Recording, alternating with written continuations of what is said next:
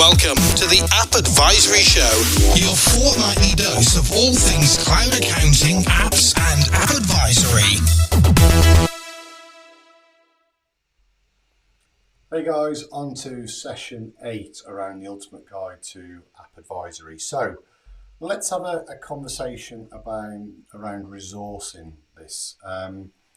What I've found in my experience of working with accounting firms and bookkeeping firms, to be fair, is just the lack of resource, the lack of understanding of resource that we need to consider when we're going through building a digital team.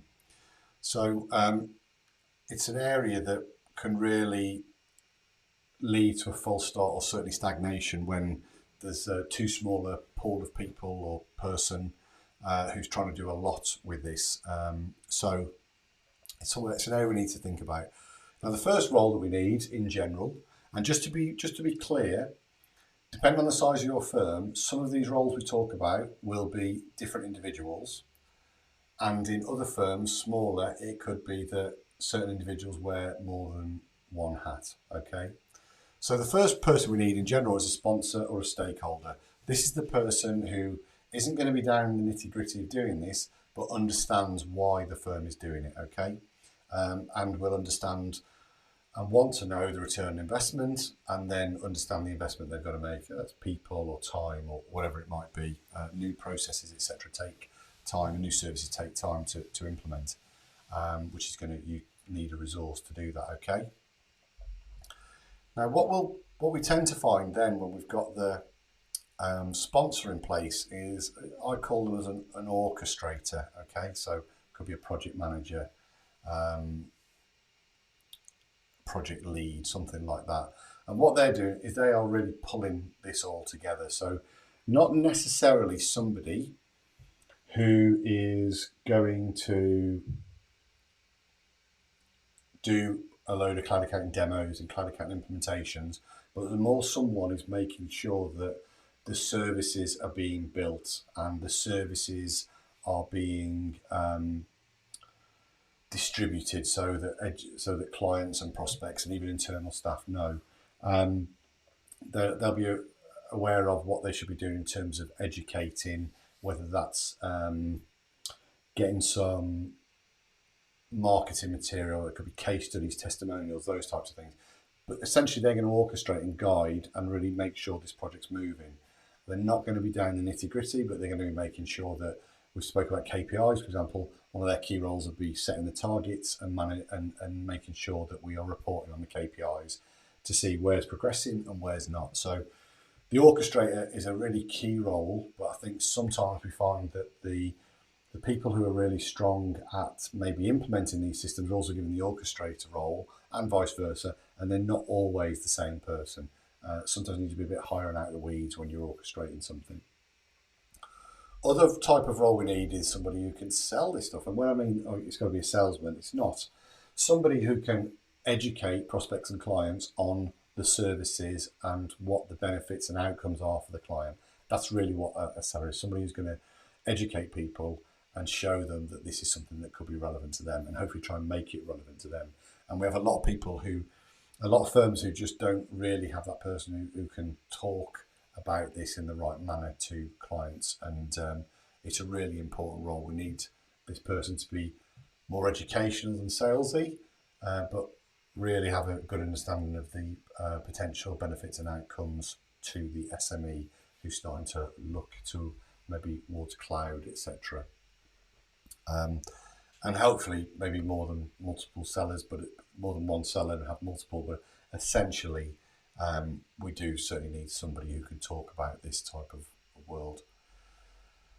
We then need what I call like a chief techie, so somebody who can actually implement these systems, demonstrate these systems, train, really help out with problem solving in terms of taking a client from non-cloud to cloud, maybe architect some of these solutions together as well. So that's a really key role that we need to think about. But again, I've mentioned this before, what I see a lot of firms do is they have one person who's really strong at this, nobody else, and it becomes what we call a SPOF, a single point of failure. And when that happens, if that person moves on or is unavailable, it really means the whole of this area that can deliver this work completely goes. So be mindful about SPOF, single points of failure. And also the flip side of that is that person starts to feel the burden of being the only person who can do this. And that's not a great burden to carry in that role. So you're really looking then to the next role, which is building a techie team. And what you'll find is the more experienced members of the team can maybe take some of the more complex, where their experience really counts. And then there'll be certain jobs which come in, or certain projects which come in, which will be less complex, and one of your techie team can start to take that on. And you'll actually find that the techie team will start to have areas of expertise different to each other. But you're starting to build a resilient team when you're starting to look at that. So have a think about that. What we want though is the orchestrator to manage the KPIs, the sponsor to understand what the targets are, so that leads into the orchestrator. Obviously we've got revenue targets and adoption targets, and that's key into the seller's perspective. And then the project delivery is definitely chief techie and techie team. And the orchestrator is also really then going to be liaising with the marketing to make sure we're educating people on this world as well. So there's a bit of view of what that does look like. Some elements don't have to be in-house, but in general, I think it's better if you're looking to really build this as a revenue stream, that you start to build this team internally. And we really don't want this to be a team where we're a jack of all trades. You want to try and build some areas. So if people are really strong at training in something, great, start to build around that. If you've got multiple cloud accounting platforms, maybe you've got a team for Xero and then maybe a team for QBO or something like that. I think trying to flip-flop that and have a jack of all trades can be problematic. And I think thinking about your team setup, sometimes we find that there's a techie who's also the orchestrator, is also the seller. It's like a single point trying to do everything. And that's a really difficult job to keep switching roles. So if you're in that and you've got one person wearing all these hats or quite a lot of these hats, there's going to be elements of that role which that person doesn't do as well, doesn't enjoy, and ultimately that can be the negative, which can turn them off staying engaged with the project because there's bits of the job that they're not that strong at and they're having to do. So you've really got to think about playing to people's strengths and finding a group of people who've got strengths which cover other people's weaknesses, but you've got a holistic team there.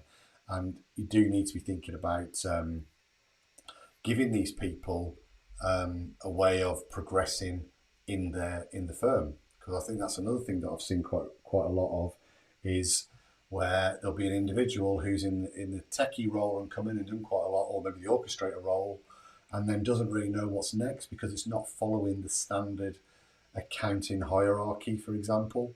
So I think you've got to be thinking like what's next for these people, and even if you're not entirely sure, telling them that there is plans in place to put some sort of progression structure in place for them. It's something I hear a lot from the cloud champion type folk is, I'm here, I don't really know where I'm meant to be going with this. I quite enjoy it, but I'm sort of not sure how I can speak to the firm about progressing.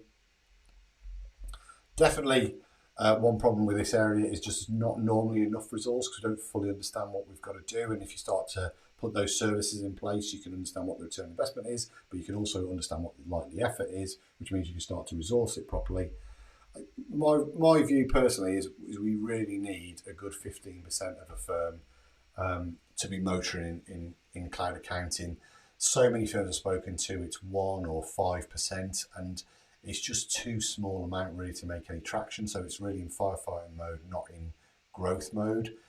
So I think we need to be thinking about how that might be. And that can be, in terms of doing the bookkeeping or the outsourcing is purely on cloud, and that can be a route into more of the project and app advisory type roles. But I think we've really got to think about what's your percentage of your staff base which is heavily involved in this world. So resourcing, always a really interesting point. But what I would do is I would have a look at your existing team or what you think your team might be, and think about who's the sponsor, who's the orchestrator, who's the seller, who's the chief techie, and who's the techie team, and think about any single points of failure you might have, because that failure can be really detrimental, but it's detrimental to the firm, but also to the individual, because that burden carrying isn't always that great. I'll leave it there for now, and I'll see you in the next session. Cheers, guys.